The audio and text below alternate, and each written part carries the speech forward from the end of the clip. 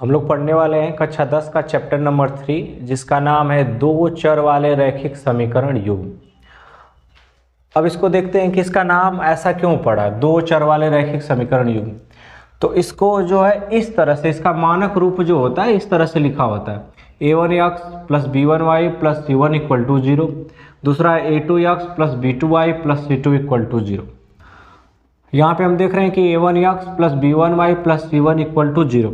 अब इसमें देखिए, एक तरफ लेफ्ट हैंड साइड है, दूसरी तरफ राइट हैंड साइड, यानी एक तरफ बायां पक्ष और दूसरी तरफ दायां पक्ष, और बीच में जो है बराबर दे रखा है।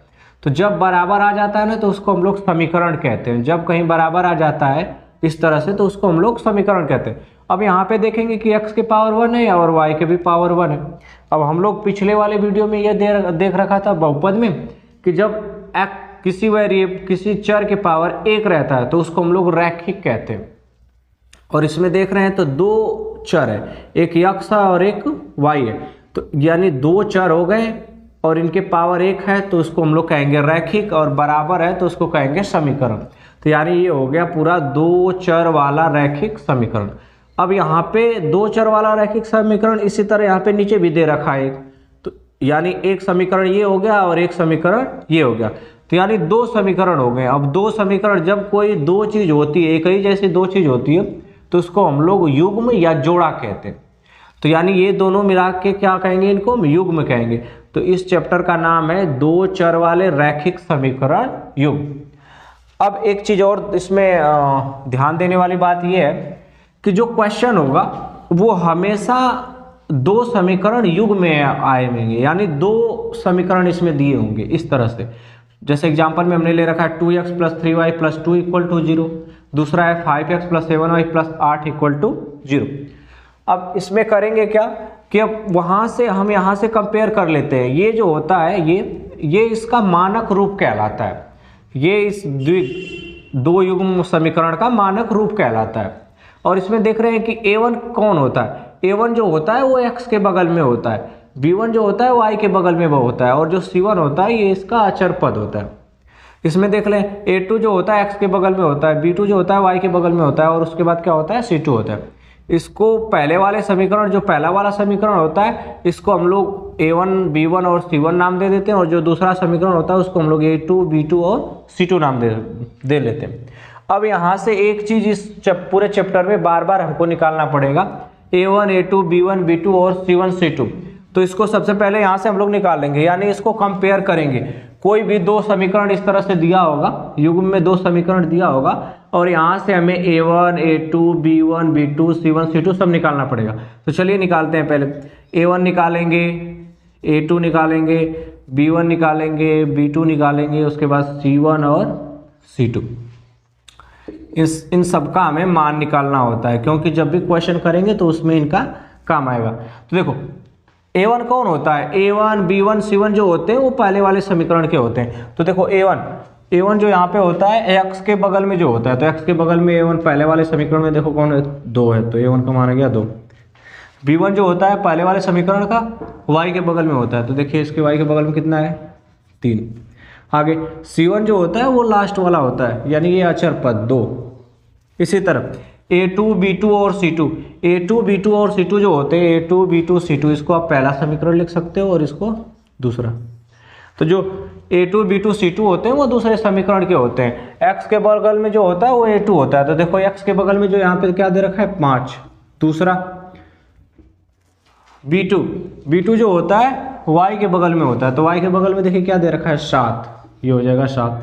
अब c2 जो होता है ये दूसरे वाले समीकरण का लास्ट वाला होता है, तो दूसरे वाले समीकरण में देखिए लास्ट वाला अचर पद 8 दे रखा है, तो ये हो जाएगा 8। इसका बार बार इस चैप्टर में यूज किया जाएगा, यानी आपको इस तरह से क्वेश्चन दे देगा और a1 a2 b1 b2 c1 c2 निकाल के आपको उसमें से कंपेयर करके क्वेश्चन को हल करना पड़ेगा। इस तरह का अगर क्वेश्चन दिया रहेगा तो उसे सॉल्व करने के कई तरीके होते हैं, देख लेते हैं। बीजगणितीय विधि जो होती है वो 4 होती है, यानी इस तरह के समीकरणों को हम लोग 4 तरह से सॉल्व कर सकते हैं, 4 विधि से सॉल्व कर सकते हैं। पहला होता है ग्राफी विधि, दूसरा होता है प्रतिस्थापन विधि, तीसरा होता है विलोपन विधि, और चौथा होता है वज्र गुणन विधि। पहला जो ग्राफी विधि होता है उसको इंग्लिश में ग्राफिकल मेथड भी कहते हैं। दूसरा प्रतिस्थापन विधि को सब्स्टिट्यूशन मेथड कहते हैं। तीसरा विलोपन विधि को एलिमिनेशन मेथड कहते हैं, और चौथा वज्र गुणन विधि को क्रॉस मल्टीप्लिकेशन मेथड कहते हैं। दो चर वाले रैखिक समीकरण युग्म को हल करने के कई मेथड या कई विधि होती है। उसमें पहला विधि होता है ग्राफी विधि, जिसको हम लोग इंग्लिश में कहते हैं ग्राफिकल मेथड। उसमें दो टाइप के क्वेश्चन आते हैं। पहला जो होगा उसमें क्या करेगा कि इस तरह से दो समीकरण दे देगा और पूछेगा, दो समीकरण दे के आपसे पूछेगा कि बताओ ये जो दोनों समीकरण है इसके कितने हल होंगे, एक हल होंगे, अनेक हल होंगे, या फिर कोई हल नहीं होगा। तो उसके लिए कंडीशन होती है, उसके लिए कंडीशन, तीन कंडीशन होती है कि अगर इस तरह से होगा यानी a1/a2 not equal to b1/b2 होगा तो रेखाएं प्रतिच्छेदित रेखाएं होंगी और केवल एक हल होगा। दूसरा, अगर a1/a2 equal to b1/b2 equal to c1/c2, अगर सब आपस में बराबर होंगे तो वो समपाती रेखाएं होंगी और अनेक हल होगा, जिसको अपरिमित हल भी कहते हैं। तीसरा कंडीशन ये होता है कि अगर a1/a2 equal to b1/b2 not equal to c1/c2 तो समांतर रेखाएं होंगी और उसमें कोई हल नहीं होगा। अब इसमें थोड़ी सी समझने वाली बात यह है कि प्रतिच्छेदित रेखाएं, समपाती रेखाएं और समांतर रेखाएं क्या होती हैं। तो एक चीज आपको पता होना चाहिए, नहीं पता है तो आप जान लो कि कोई भी समीकरण होता है, कोई भी समीकरण होगा उसका ग्राफ होता है। वो ग्राफ रैखिक हो सकता है, पैराबोला हो सकता है, जैसा भी हो सकता है। तो अब ये देखो यहाँ पे जो होती है इसकी पावर कितनी है, कुछ नहीं है तो 1 है, 1 है। तो इसको हम लोग बोलते हैं रैखिक समीकरण कहते हैं, दो चर वाला रैखिक समीकरण। तो जो रैखिक समीकरण होते हैं, रैखिक समीकरण का जो ग्राफ होता है वो एक रेखा होता है। तो इसका एक रेखा होगा और इस समीकरण का भी एक रेखा होगा, दो रेखाएं होंगी। मिला जुला के कहने का मतलब ये है कि अगर कोई भी समीकरण दिया होगा उसका कोई ना कोई ग्राफ होगा। तो ये समीकरण का मान लेते हैं इस तरह से ग्राफ होगा और इस समीकरण का इस तरह से ग्राफ होगा। तो अब दो रेखाएं होंगी, यानी इसकी एक रेखा होगी और इसकी भी एक रेखा होगी, दोनों समीकरण की दो रेखाएं होंगी। तो वो ऐसे हो सकती हैं, यानी एक रेखा इधर से आए और एक रेखा ये आए, यानी दो रेखाएं हो सकती है। पहली रेखा इस तरह से हो जाए और दूसरी रेखा इस तरह की हो जाए। तो ये देखो कितने पॉइंट पे काट रहे हैं, एक पॉइंट पे काट रही हैं। तो जब अगर एक पॉइंट पे दो रेखाएं काटती हैं तो उसको बोलते हैं एक हल होता है। यानी उसी को देखो, ये दोनों रेखाएं एक दूसरे को क्या करें, एक बिंदु पर काट रही हैं, या उसी को कहते हैं प्रतिच्छेदित रेखाएं। यानी जब a1/a2 नॉट बराबर होगा b1/b2 के तो रेखाएं प्रतिच्छेदित रेखाएं होंगी, यानी इस तरह से एक दूसरे को एक जगह काटेंगी, केवल एक बिंदु पर काटेंगे, इसलिए उसका केवल एक हल होगा। दूसरी कंडीशन क्या होती है कि दो रेखाएं हैं तो ऐसे हो सकती हैं, एक रेखा यहाँ पे आए, 1 हो गई ये रेखा, दूसरी रेखा इसी पे आ जाए, दूसरी रेखा इसी रेखा पे आ जाए, तो ये मान लेते हैं ये भी दूसरी रेखा इसी, दोनों रेखाएं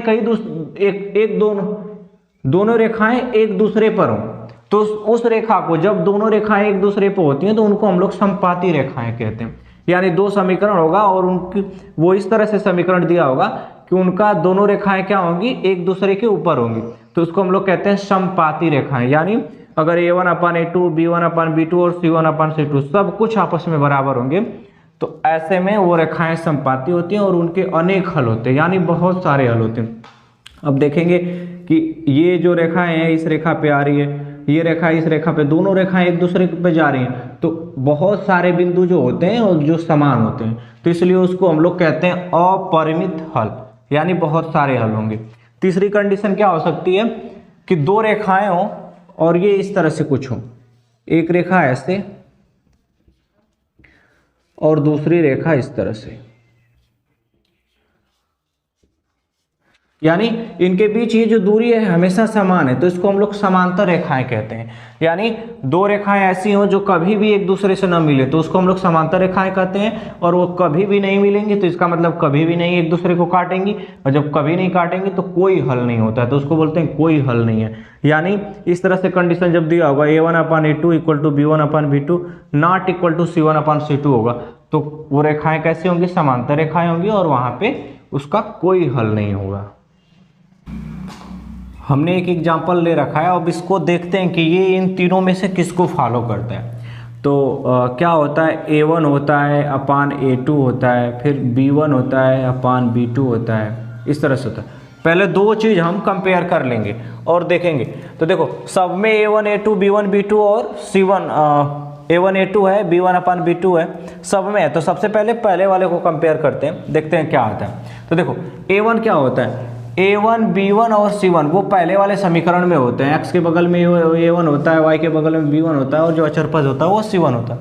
A2 B2 C2 क्या होता है, वो होता है A2 B2 C2 जो होता है वो दूसरे समीकरण का होता है। ये पहला वाला समीकरण होता है और ये दूसरा वाला। तो दूसरे वाले समीकरण में x के बगल में A2 होता है, y के बगल में B2 होता है और अचर पद जो होता है वो C2 होता है। तो पहले देख लेते हैं कि ये कैसा आता है। तो देखो A1 जो कितना है 1 है, अपान A2 का मान 2 है। उसके बाद B1 देखते हैं पहले वाले समीकरण का 3 है। B2 का मान कितना दे रखा है। एक चीज़ याद रखें कि प्लस रहेगा तो कोई बात नहीं है, लेकिन माइनस रहेगा तो उसे चिन्ह के साथ लिखेंगे तो हो जाएगा -3। इसको कंपेयर करके देखते हैं। देखो 3 एकम 3 और ये कट जाएगा। तो ये देखते हैं ये बराबर हो रहे हैं कि नहीं। तो ये हो गया 1/2, उधर 1/-1 और ये देखो 1/2 1/-1 के कभी बराबर नहीं हो सकता। जब ये बराबर नहीं हो सकता तो देखो ये किसको कम फॉलो कर रहा है, A1/A2 not equal to B1/B2, यानी ये आपस में क्या है, बराबर नहीं है। A1/A2 not equal to B1/B2। तो देखो कौन है ऐसा, A1/A2 not equal to B1/B2। तो ये इसका मतलब ये रेखाएं कैसे होंगी, प्रतिच्छेदित रेखाएं होंगी। और कितने हल होंगे, जब प्रतिच्छेदित रेखाएं होती हैं तो केवल एक हल होता है। तो यहाँ पे लिख देंगे केवल एक हल, केवल एक हल, केवल एक हल होगा। ये हम लोग जब क्वेश्चन करेंगे प्रश्नावली में तो और ये समझ में आएगा। अब ग्राफी विधि में दूसरे टाइप के क्वेश्चन में बोलेगा कि दो समीकरण दे देगा और बोलेगा कि इसका ग्राफ बना के आप हल निकालिए, इसका हल कीजिए, ग्राफी विधि से हल कीजिए। तो देखो इस तरह से एक इक्वेशन हमने एक एग्जांपल ले लिया जिसमें एक इक्वेशन ये दे रखा है x + 3y = 6 और दूसरा दे रखा है 2x - 3y = 12। अब इसको हम ग्राफी विधि से हल करेंगे।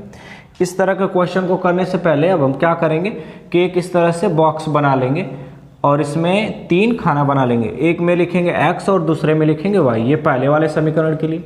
और दूसरे इसी तरह से हम दूसरे तरह के समीकरण के लिए एक ठो बॉक्स बना लेंगे, इसमें 3 खाना कर लेंगे और एक में लिखेंगे x और दूसरे में लिखेंगे y। इस तरह का बॉक्स बनाने के बाद अब क्या करेंगे, हम अपने मर्जी से कोई x का मान लेंगे। x का कोई भी मान आप ले सकते हैं, थोड़ा छोटा लेंगे या फिर इस समीकरण को देखते हुए लेंगे कि उसका अगर x का मान अगर हम 6 लेते हैं तो y का मान अगर कुछ कम आ जाए, 0 आ जाए, 2 आ जाए, 3 आ जाए, इस तरह थोड़ा सा सोच के लेंगे इसको देखते हुए। तो अब देखो हम क्या कर रहे हैं, यहाँ पे x का मान 6 ले लेते हैं, अपने मर्जी से ले लेते हैं x का मान 6। तो देखो यहाँ पे ले लेंगे, लिख लेंगे x = 6। ये जो हम काम करने जा रहे हैं ये रफ टाइप का है, आप इसे कहीं अलग कर सकते हो, रफ पे कर सकते हो। तो अगर x = 6 लेंगे तो बताओ इसमें y का मान क्या आएगा। देखो तो x के जगह रख देंगे 6 + 3 y = 6। ये +6 उधर जाएगा तो हो जाएगा -6, तो इधर बचेगा 3y = 6 - 6। देखो 3y बराबर हो गया 6 में 6 जाएगा 0। अब देखो 3 इधर गुणे में उधर जाएगा तो भागे में, तो यानी हो जाएगा y = 0/3। तो 0 में 3 की भाग देंगे तो 0 आएगा। तो इसका मतलब यहाँ से पता चल गया हमें कि y का मान कितना आ गया, 0 आ गया। यानी x का मान 6 ले रहे हैं तो y का मान कितना आ गया, 0 ले। कम से कम मान लेंगे, ज़्यादा से ज़्यादा मान लेंगे तो हमको दिक्कत हो जाएगी ग्राफ बनाने में। इसलिए अब देखो अब दोबारा x का मान लेते हैं, कोई x का मान चलो ले लेते हैं इस बार 0, x का मान ले लेते हैं 0। तो 0 रख के देखते हैं, इस पूरे समीकरण में 0 रख के देखते हैं y का मान कितना आता है। तो रख लेते हैं, तो x के जगह रख लेते हैं 0 प्लस यहाँ पे हो जाएगा 3y = 6। तो देखो ये हो गया 0, कोई मतलब नहीं, इधर बचा 3y = 6। ये 3 गुणे में उधर जाएगा तो भागे में, तो y बराबर होगा 6/3, 3 दूना के 6। तो y का मान यहाँ से आ गया 2। यानी जब हमने x का मान 0 लिया तो y का मान कितना आ गया, 2। अब ये जो है हमने रफ टाइप बनाया, इसको मिटा लेते हैं। अब देखो जैसे हमने पहले वाले समीकरण के लिए x और y का मान निकाल लिया, सेम इसी तरह दूसरे वाले समीकरण के लिए भी करेंगे। अब यहाँ पे भी चलो देखो x का मान हम अपने से ले लेते हैं, मान लेते हैं कि फिर x का मान 6 लेते हैं। तो अगर x का मान 6 लेते हैं यानी x बराबर 6 लेते हैं, तो अगर x बराबर 6 लेते हैं तो इसको देखते हैं कि इसका मान y का कितना आता है। तो जहाँ x है वहाँ पे रख लेंगे 6। तो देखो 2 गुणे हो जाएगा 6 माइनस 3y बराबर 12। यहाँ x की जगह हमने क्या रख लिया, 2 छक्का 12 माइनस 3y बराबर 12। देखो ये प्लस 12 उधर जाएगा तो हो जाएगा माइनस 12, तो इधर क्या बचेगा माइनस 3y बराबर 12 माइनस 12। आगे लिख लेते हैं, देखो ये हो जाएगा माइनस 3y, इधर 12 में से 12 जाएगा, हो जाएगा 0। अब ये माइनस 3 इधर गुणे में उधर जाएगा तो भागे में हो जाएगा, तो ये कितना हो जाएगा y बराबर हो जाएगा 0 बटे में माइनस 3। और हमें पता है 0 में किसी भी संख्या के भाग दोगे उसका मान 0 आता है, तो y बराबर हो गया 0। तो यानी हमने जब x का मान 6 लिया तो y का मान कितना आ रहा है 0। इसी तरह एक और अपने से ले लेते हैं x का मान इसमें क्या रखें 0 रख लेते हैं एक बार। तो यानी x बराबर 0 पे देख लेते हैं, x बराबर 0 पे। तो x बराबर 0 पे देखते हैं, तो या जहाँ जहाँ x है वहाँ पे हमें क्या रखना है 0। तो देखो यहाँ पे 2 गुणे, इनके बीच कुछ नहीं रहता है तो गुणे रहता है, तो 2 गुणे हो गया 0 माइनस 3y बराबर 12। 2 गुणे 0 0 हो जाएगा, 0 कोई मतलब नहीं है, 0 माइनस 3y बराबर हो जाएगा 12। अब देखो ये हो जाएगा माइनस 3y बराबर 12, इधर माइनस 3 है, गुणे में उधर जाएगा तो भागे में हो जाएगा, तो y बराबर हो जाएगा 12 बटे में माइनस 3। 3 चौक को 12, जो माइनस नीचे होता है तो ऊपर चला जाता है, तो हो जाएगा इसका मान y बराबर माइनस 4। तो जब हमने x का मान क्या लिया 0, तो y का मान कितना आ गया माइनस 4। तो इसको हमने यहाँ पे क्या करा रख लिया। और ये तो मैं यही कर रहा हूँ, आपको कहीं रफ टाइप में इसको करना है तो मैं इसे मिटा लेता हूँ। अब देखो हम क्या करेंगे, पहले समीकरण से मान निकालिए और दूसरे समीकरण से भी मान निकालिए एक्स वाई का। अब उसको जो है ये एक हमने देखो एक एक्स अक्ष होता है और ये वाई अक्ष होता है, इधर पे एक्स अक्ष में प्लस होता है, इधर पे एक्स अक्ष में माइनस होता है। इसी तरह वाई अक्ष में ऊपर प्लस होता है और नीचे माइनस होता है। तो हमने लिख लिया 1 2 3 4 5 6 7 8, इधर प्लस में इधर माइनस में। इसी तरह ऊपर 1 2 3 4 5 6 प्लस में और नीचे माइनस में। अब क्या करेंगे, पहले वाले समीकरण से यहाँ पे जो जो बिंदु पॉइंट आए हैं उनको यहाँ पे लिखेंगे। देखो x बराबर 6 है, x बराबर 6 देखो कहाँ है प्लस में 6, तो x बराबर 6 जो है ये है यहाँ पे, x बराबर ये है 6। अगर x बराबर 6 तो y का मान देखो कितना आ रहा है 0, तो y का मान 0 कहाँ होता है, देखो यहाँ पे जो होता है y यहाँ से स्टार्ट होता है, y का मान यहाँ 0 होता है, 1 होता है, 2 3 4 5, तो ये मान हो गया y का मान 0। अब इस पॉइंट को आगे ले जाएंगे, इस पॉइंट को, इन दोनों पॉइंट देखो कहाँ मिल रहे हैं, यही मिल रहे हैं। तो यानी ये वाला पॉइंट कितना हो गया, x पे चला 6 और y पे कितना चला 0, तो ये हो गया 6, 0। इसी तरह अगला देख लेते हैं, दूसरा वाला पॉइंट x बराबर 0, तो x बराबर 0 देखो कहाँ है, यही है। y बराबर 2, y बराबर 2 देखो कहाँ है 2 प्लस में, तो देखो ऊपर 1 और यहाँ पे 2, तो y बराबर 2 यहाँ है। इन दोनों को कहाँ मिलाएंगे तो मिलेंगे, ये दोनों यही पॉइंट होगा और इस पॉइंट का नाम क्या होगा, x पे कितना चला, देखो x पे चला ये 0, y पे कितना चला 2, तो ये हो गया 0, 2। अब क्या करते हैं कि अब इनको मिला देते हैं, इन दोनों पॉइंट को मिला देते हैं तो एक रेखा बन जाएगी। इन दोनों पॉइंट को मिलाया हमने तो यहाँ पे एक इधर रेखा बन गई, इसको आगे बढ़ा देंगे दोनों तरफ, ऐसे एक रेखा बन गई, यानी पहले वाले समीकरण का एक रेखा बन गया जिसको ग्राफ कहते हैं। इसी तरह सेम दूसरे वाले को करेंगे। देखो x बराबर क्या लेना है 6 लेना है, तो x बराबर 6 देखो कहाँ है, x बराबर 6 यही है, हो गया। x बराबर 6 पे y का मान देखो कितना आ रहा है 0, तो y का मान देखो यहीं से 0 स्टार्ट होता है, 0 1 2 3 4 5 है, तो ये y का मान हो गया 0। और इसको इसके सामने देखेंगे इन दोनों पॉइंट को, 6 x बराबर 6 और y बराबर 0 हो, तो देख रहे हैं तो ये यही मिल रहा है। और इस पॉइंट का नाम देखो क्या है 6, 0, और हमें यही लाना था 6, 0, यानी यही पॉइंट फिर से हमें एक मिल गया। दूसरे वाले समीकरण में देखते हैं, दूसरा वाला देखा है x का मान 0 तो y का मान -4 है, तो x का मान 0 देखो, x का मान 0 यही होता है, x का मान 0 होता है, 1 2 3 4 उधर प्लस होता है, इधर माइनस, तो यहाँ पे हो गया x का मान 0 और y का मान कितना लाना है -4, तो y का मान -4 देखो यहाँ पे, तो यानी इन दोनों पॉइंट को यहाँ पे लेंगे। इस पॉइंट का नाम क्या होगा, देखो x पे कितना चला 0, देखेंगे x पे 0 चला, y पे कितना चला -4, तो ये वाला पॉइंट हो जाएगा। यानी एक पॉइंट ये और एक पॉइंट है। अब इन दोनों पॉइंट को मिला देंगे और इसी तरह इधर बढ़ा देंगे और सेम इसी तरह यहाँ बढ़ा देंगे। तो हम देख रहे हैं कि ये दो रेखाएं हैं, यानी दो समीकरण थे, एक ये और एक ये, पहला और दूसरा। इसका एक लाइन बन गई, पहली लाइन पहले वाले समीकरण के लिए ये है और दूसरे वाले समीकरण के लिए ये। और देखो दोनों कहाँ कट कर रहे हैं एक दूसरे को, इस वाले पॉइंट पे। इसका नाम क्या है 6,0, इसका नाम है 6,0। तो पहला जो मान होता है वो x का मान होता है, दूसरा मान जो होता है y का मान। तो यानी x का मान यहाँ पे आ गया 6 और y का मान कितना आ गया, y का मान आ गया 0। यही हमारा हल होगा, यही हमारा आंसर है। यानी इसको एक बार रिवाइज कर लेते हैं जल्दी से। करेंगे क्या, कोई पहला समीकरण, दो समीकरण दिए होंगे, दोनों का इस तरह से अलग अलग बॉक्स बना के मान निकाल लेंगे और उस मान को x अक्ष और y अक्ष पे दर्शा लेंगे और उसको मिला देंगे। जहां पे कट करेंगे, दोनों रेखाएं जहां पे कट करेंगी वही हमारा हल होता है। दूसरी विधि जो है उसको हम लोग कहते हैं प्रतिस्थापन विधि, जिसको इंग्लिश में कहते हैं सब्स्टिट्यूशन मेथड। यानी किसी दो युग्म समीकरण को सॉल्व करने के लिए प्रतिस्थापन विधि को हम लोग यूज कर सकते हैं। अब इसमें करते क्या है, किसी एक समीकरण से x या y का मान निकाल के दूसरे समीकरण में रख देते हैं।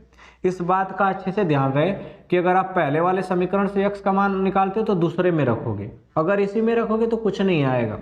तो यानी पहले से निकालोगे तो दूसरे में रखोगे, अगर दूसरे से निकालोगे तो पहले में रख दोगे। तो हम क्या करते हैं कि यहाँ से x का मान निकालते हैं। लिखेंगे समीकरण 1 से, यहाँ पे लिख देंगे समीकरण 1, इसको मान लो आप समीकरण 1 और इसको मान लेना समीकरण 2। तो लिख लो समीकरण 1 से, समीकरण 1 से क्या करेंगे, हम x का मान निकाल लेते हैं। समीकरण 1 से देखो दे रखा है x + 3y = 6, x + 3y = 6। अब इसको क्या करेंगे हम कि ये x को इधर ही रहने दो और 3y को उधर भेज दो। तो ये +3y उधर जाएगा तो हो जाएगा -3y। तो यानी x का मान इतना आया, x = 6 - 3y। यानी जहां x होगा आप उस वहां पर लिख सकते हो 6 - 3y। उसके बाद क्या करेंगे कि ये x का मान जो है हमने किससे निकाला, समीकरण 1 से निकाला, तो इसको समीकरण 2 में रख देंगे। तो लिखेंगे x का मान समीकरण समीकरण 2 में रखने पर, समीकरण 2 में रखने पर। चलो समीकरण 2 देखो क्या दे रखा है, 2x - 3y = 12। इसको एक बार लिख लो आप, 2x - 3y = 12। x के जगह हमें क्या रखना है 6 - 3y, तो यहाँ पे रख लेंगे 2 ब्रैकेट लगा लेते हैं, x का मान रख लेते हैं 6 - 3y, 6 - 3y। यहाँ पे बाहर क्या बचा -3y = 12। इसको थोड़ा सा आगे लिख लेते हैं। देखो इस 2 का जब गुणा करेंगे इसमें तो 2 छक्का हो जाएगा 12, फिर ये माइनस, फिर 2 का गुणा 3 में करेंगे तो 2 तिहाई हो जाएगा 6y, बाहर माइनस है 3y बराबर क्या दे रखा है 12, तो ये हो जाएगा 12। अब देखो ये इधर +12 है, इसको उधर लेके जाओ तो -12 हो जाएगा। और ये देखो -6y - 3y, ये +12 है, उसको उधर ले जाओ तो उधर +12 था, ये इधर +12 उधर जाएगा तो -12 हो जाएगा। ये -6y - 3y हो जाएगा -9y। आगे कर लेते हैं थोड़ा सा, देखो -9y हो जाएगा, यहाँ पे -9y बराबर 12 में से 12 जाएगा 0 हो जाएगा। देखो यहाँ पे y और -9 के बीच कुछ नहीं है ना, तो गुणा रहता है, तो -9 इधर गुणे में तो उधर जाएगा तो भागे में हो जाएगा, तो -9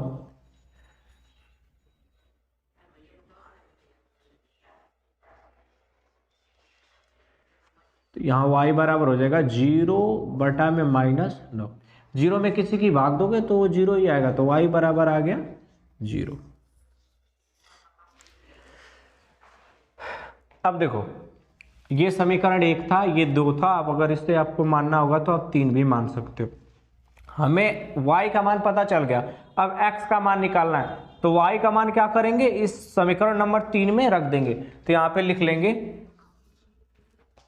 y बराबर 0 समीकरण 3 में रखने पर,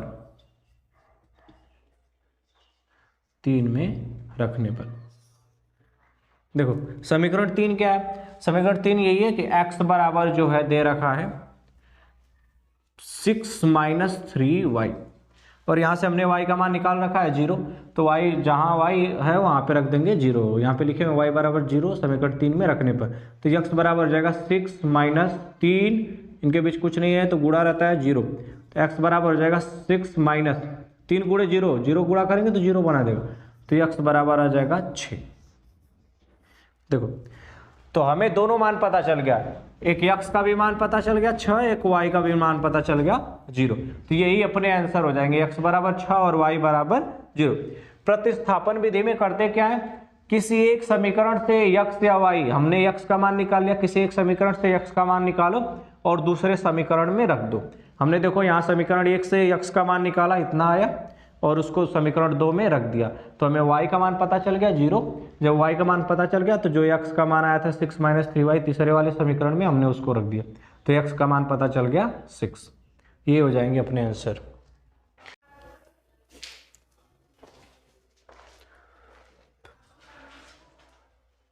दो समीकरण युग्म को हल करने के लिए तीसरी विधि आती है जिसको हम लोग कहते हैं विलोपन विधि, और उसे इंग्लिश में कहते हैं एलिमिनेशन मेथड। देखो इसमें क्या करते हैं कि जो x और y है दे रखा है, इसमें किसी एक को हम लोग बराबर करते हैं। यानी अगर यहाँ पे देखो ये 2x है तो इसे भी 2x आप बना दो। तो क्या करेंगे कि जो समीकरण नंबर 1 है उसमें 2 का गुणा कर देंगे, तो लिखेंगे समीकरण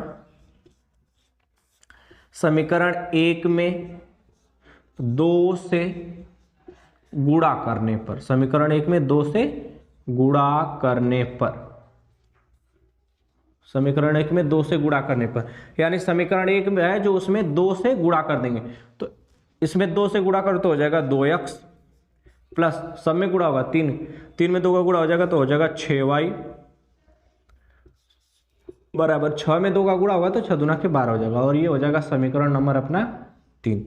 अब क्या करेंगे, ये समीकरण 3 है ना, इसमें से इस समीकरण 2 को घटा दो, तो यानी लिख देंगे समीकरण 3 से समीकरण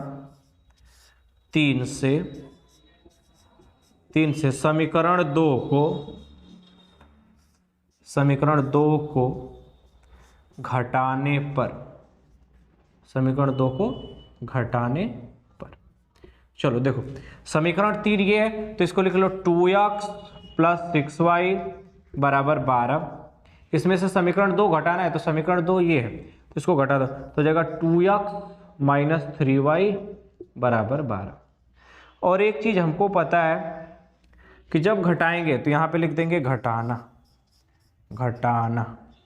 और घटाना का रूल ये होता है कि जिसको घटाते हैं उसका नीचे का जो साइन होता है, जो चिन्ह होता है वो बदल जाता है। ये प्लस है तो हो जाएगा माइनस, ये माइनस है तो हो जाएगा प्लस, और ये प्लस है तो हो जाएगा माइनस।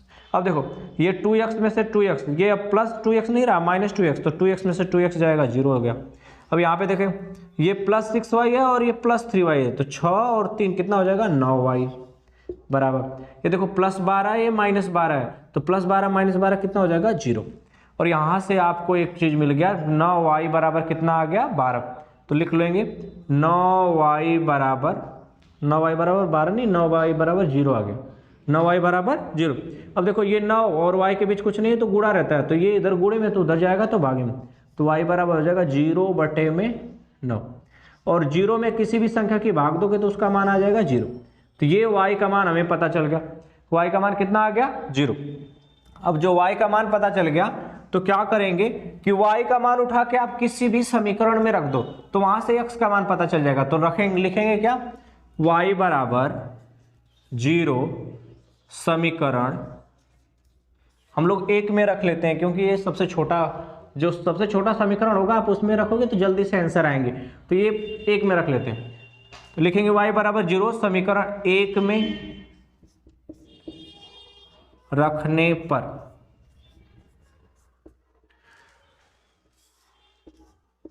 देखो समीकरण 1 दे रखा है x प्लस 3y बराबर 6, तो हमें y का मान पता चल गया 0, तो जहाँ y है वहाँ रख देंगे 0, तो जगह x प्लस 3 इनके बीच कुछ नहीं है तो होगा गुणे y बराबर 0 6, x 3 गुणे 0 होता है 0 बराबर 6, 0 कोई मतलब नहीं है तो x बराबर आ गया 6 और यही आंसर आएंगे।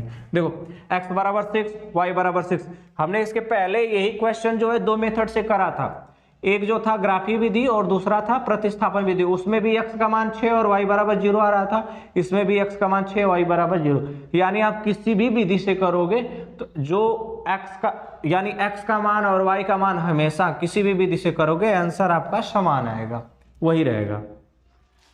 अब हम लोग पढ़ने वाले हैं वज्र गुणनखंड विधि, जिसे इंग्लिश में कहते हैं क्रॉस मल्टीप्लिकेशन मेथड। देखते हैं कि इसको कैसे करते हैं। दो चर वाला रैखिक समीकरण दिया होगा और उसको हम लोग क्या करेंगे, वज्र गुणनखंड विधि से हल करेंगे। तो इसमें प्रोसेस ये होता है कि जो ये x है इसे आप एक बार लिख लो, x बीच में कर दो बराबर, फिर y लिख लो बराबर, इधर लिखा जाएगा 1, ये 3 मान लिखना पड़ेगा आपको और इसके बटे कर लो बड़ा सा। अब देखो जब हमें x की वैल्यू लिखनी रहेगी, x वाले के नीचे जब लिखना रहेगा तो हम लोग x वाले को ढक लेंगे, तो बचा कौन, यहाँ पे b1 और b2, तो ये हो जाएगा b1 और यहाँ पे लिख लेंगे b2। इसके आगे देखेंगे ये y को नहीं लिखना है आपको, फिर उसके बाद c1 c2 जो गुणांक होते हैं उनको लिखना है, तो हो जाएगा c1 c2। फिर उसके बाद आगे क्या करना है, अब y को देखो y वाला लिखना है, तो y वाला लिखना है तो y वाले को ढक लेंगे, और इसमें एक चीज ध्यान रहे कि आगे बढ़ते हुए लिखेंगे, पीछे से नहीं आगे बढ़ते हुए। तो आगे कौन आ रहा है, c1 और c2, तो यहाँ पे लिख लेंगे c1 और यहाँ पे लिख देंगे c2। इसको ढक लिए, इसको हमने लिख लिया, अब इसको नहीं लिखा जाता, अब आगे बढ़ेंगे तो कोई नहीं है तो पीछे आना पड़ेगा, तो हो जाएगा a1 a2, तो यहाँ पे लिखना पड़ेगा a1 और ये हो जाएगा a2। लास्ट वाला है अचर पद, तो अब अचर पद को ढक लेंगे, जब अचर पद को ढक लेंगे तो हमें देखो ये बचेगा a1 a2 b1 b2, तो लिख लेंगे a1 a2 फिर बचेगा b1 b2। ठीक है, अब क्या करेंगे, अब इस यहाँ पे थोड़ा सा ध्यान देने वाली बात है कि यहाँ x लिख लेंगे पूरे के बटे, y पूरे के बटे और इधर कर लेंगे 1। देखो इसका जो होता है ना ये वाला, इसका इसमें गुणा किया जाता है, इसका इसमें क्या करेंगे, गुणा करेंगे, तो ये हो जाएगा b1 c2। अब यहाँ ध्यान देने वाली बात है कि जब इसका इसमें गुणा करने के बाद क्या करेंगे कि अब बीच में जो है माइनस करना है, इसका इसमें गुणा कर लिए, आपको बीच में माइनस लिख लेना, अब इसका इसमें गुणा करना है, अब इस वाले का इसमें गुणा करना है, तो जगह b2 c1 ये हो जाएगा। ठीक है, ब्रैकेट लगाओगे तो गलती नहीं होगा क्योंकि प्लस माइनस आ सकता है बाद में। अब इसी तरह यहाँ पे सेम करना है, अब y के नीचे लिखना है तो सबसे पहले इसका इसमें गुणा करेंगे, तो ये क्या हो जाएगा a2 c1, फिर बीच में माइनस कर देना है, इसका इसमें गुणा करने के बाद बीच में माइनस कर देना, अब इसका इसमें गुणा करना है, तो ये हो जाएगा a1 c2। अब देखो अचर पद वाले के पास आ जाते हैं, अब फिर इसका भी इसी तरह करना है, इसका इसमें गुणा करना है, तो हो जाएगा a1 b2, बीच में अब क्या करना है माइनस, इसका इसमें गुणा करने से पहले माइनस कर देना, अब इसका इसमें गुणा करना है, तो ये हो जाएगा b1 a2 या a2 b1 ये इस तरह से हो जाएगा। अब देखो करेंगे क्या, अब इतना सब लिखने के बाद ये जो अब यक्स का मान जब हमें निकालना होगा, जब यक्स का मान निकालना होगा तो एक बार यक्स को इससे कंपेयर कर लेंगे, यानी यक्स को इसके बराबर लिख लेंगे, और जब वाई का मान निकालना होगा तो इसको इसके बराबर लिख लेंगे, यानी दो पार्ट में से आप कर लोगे, यानी x को उसके बराबर रख लेना है, यानी हो जाएगा x बटे में नीचे जो दे रखा है b1 c2 minus b2 c1 बराबर कर लेना है इस अचर वाले पद को, इस यक्स वाले को कंपेयर कर लेना है इससे, तो हो जाएगा 1 बटे में हो जाएगा a1 b2 minus a2 b1, इसी तरह इसको जब y का मान निकालना होगा तो हम लोग y वाले को इस अचर पद वाले से कंपेयर कर लेंगे, यानी तुलना कर लेंगे। तो यहाँ पे हो जाएगा y बटे में हो जाएगा a2c1 माइनस a1c2 बराबर हो जाएगा 1 बटा में a1b2 माइनस a2b1। जब इस तरह से हम तुलना करेंगे तो इनका मान आ जाएगा, यहाँ से x का मान आ जाएगा और यहाँ से y का मान आ जाएगा। इसको अभी हम एग्जाम्पल लेते हैं और अच्छे से समझ में आएगा। देखो हम ये वाला एग्जाम्पल लेके समझते हैं, इससे ज़्यादा ये समझ में आएगा आपको जब एक बार हल करोगे तो। देखो यहाँ पे कुछ नहीं है ना, तो आप 1 लिख सकते हो क्योंकि 1 का गुणा करने पर कोई फर्क नहीं पड़ता। सबसे पहले हम क्या करे थे, x y और 1 लिख लिए थे, तो पहले लिख लेंगे x बराबर y बराबर 1 लिख लेंगे, सबके बटे कर लेंगे, सबके बटे कर लिए। अब क्या करेंगे, अब हमें x का मान जब लिखना था तो उसको ढक लेते थे और बकिया को लिखते थे। याद रहे चिन्ह के साथ लिखना है, प्लस रहेगा तो कोई दिक्कत नहीं, लेकिन माइनस रहेगा तो आपको लिखना पड़ेगा। यहाँ पे 3 है तो हो गया 3, यहाँ देखो -3 है तो नीचे लिखोगे -3, बाद में -6 -12 तो हो जाएगा -6 -12। आगे y वाले को लिखना है तो y वाले को ढक लेंगे और आगे बढ़ते हुए लिखेंगे, इसको ढक लिए। आगे देखो -6 -12, आगे कुछ नहीं है तो फिर आएंगे पीछे, तो पीछे बचा 1 और 2 तो हो जाएगा 1 और 2 बराबर। अब लास्ट वाला अचर पद बचा तो अचर पद को ढक लेंगे, यहाँ पे बचा 1 2 और 3 -3, इनको लिख लेंगे 1 2, बाद में बचा ऊपर 3, नीचे बचा -3। अब क्या करते हैं, देखो हमने लिख लिया यहाँ पे। अब इसके बाद क्या करते हैं, इसको एक बार लिख लेते हैं, लाइन ड्रा लिख लेते हैं और इसको बराबर कर लेते हैं, y बराबर 1 अपन। उसके बाद हम लोग क्या करते थे, इसका इसमें गुणा करते थे, बीच में माइनस करते थे, फिर इसका इसमें गुणा करते थे। बस यहाँ भी वही करना है, इस -12 का इस 3 में गुणा करना है, तो -12 माइनस प्लस माइनस हो जाएगा, 12 3 हो जाएगा 36 हो गया। ब्रैकेट लगा लो आप ताकि गलती ना हो। फिर बीच में हम लोग क्या करते थे, बीच में माइनस कर देते थे, माइनस, फिर दूसरे ब्रैकेट में, यानी आप पहले इसका इसमें गुणा कर लेते थे, फिर इसका इसमें गुणा करना है, -3 का -6 में, माइनस माइनस गुणा होगा तो हो जाएगा प्लस, और 3 छक्का हो जाएगा 18। अब आ जाते हैं y वाले में, y वाले में फिर इसका इसमें गुणा करेंगे तो हो जाएगा 2 छक्का 12 यानी -12, ब्रैकेट लिख लो, बीच में माइनस कर देना है, फिर इसका इसमें गुणा, तो देखो माइनस प्लस क्या हो जाएगा, माइनस हो जाएगा, ब्रैकेट में लिखो 12 1 कम 12, ब्रैकेट आप जरूर लगाना क्योंकि वहाँ पे गलती नहीं होती। 1, अब इस ये अचर पद वाला लिख लेते हैं, इसका इसमें गुणा करेंगे तो माइनस प्लस हो जाएगा, -3 1 कम 3, बीच में माइनस करना है, फिर उसके बाद इसका इसमें गुणा करते हैं तो हो जाएगा 2 3 6 ब्रैकेट। अब चलो आगे हल कर लेते हैं, तो ये हो जाएगा x बटे में ये -36 और ये ब्रैकेट खुलेगा तो हो जाएगा -18 बराबर ये y बटे में -12, और देखो माइनस माइनस हो जाएंगे प्लस, तो +12 बराबर यहाँ देखो माइनस, यहाँ पे बचा ऊपर 1, नीचे बचा -3 और हो जाएगा माइनस, ब्रैकेट खुलेगा तो हो जाएगा -6। एक बार और इनको कर लेते हैं, तो देखो यहाँ पे हो गया x बटे में -36 और -18 दोनों माइनस में जुड़ जाएंगे तो 8 6 हो जाएगा 14 को 4 हाथ में आए 1, 3 1 4 1 5, तो इसका मान आ गया 54 -54 बराबर। इसको देखो, इसको करेंगे तो y बटे में -12 + 12 क्या हो जाएंगे, 0 हो जाएंगे, -12 + 12 0 हो जाएगा बराबर। यहाँ देखो ऊपर 1 नीचे -3 और -6 कितना होगा, -9। अब हमने क्या करा था कि इसमें ये करने के बाद अब यक्स वाले को, जब यक्स का मान निकालना होता है तो यक्स वाले को अचर पद से कंपेयर कर लेते हैं, जब वाई का मान निकालना होता है तो वाई वाले को अचर पद से कंपेयर कर लेते हैं। बस यहाँ भी वही करना है। अब हमें यक्स का मान चाहिए तो एक्स वाले को इस अचर पद से कंपेयर कर लेंगे, तो यहाँ हो जाएगा एक्स बटे में -54 बराबर, उधर बचा 1 बटे में -9। देखो ये माइनस से माइनस कट जाएगा, नीचे का नीचे से कट जाता है, 9 6 का हो गया 54, ये भागे में उधर जाएगा तो हो जाएगा गुणे में, तो 6 का 1 में गुणा होगा तो हो जाएगा 6, तो यक्स का मान आ गया यहाँ से 6, x का मान आ गया 6। यहाँ पे भी देख लेते हैं इसी तरह, y को कंपेयर कर लेते हैं, तो ये हो गया y बटे में 0 बराबर उधर 1 बटे में -9।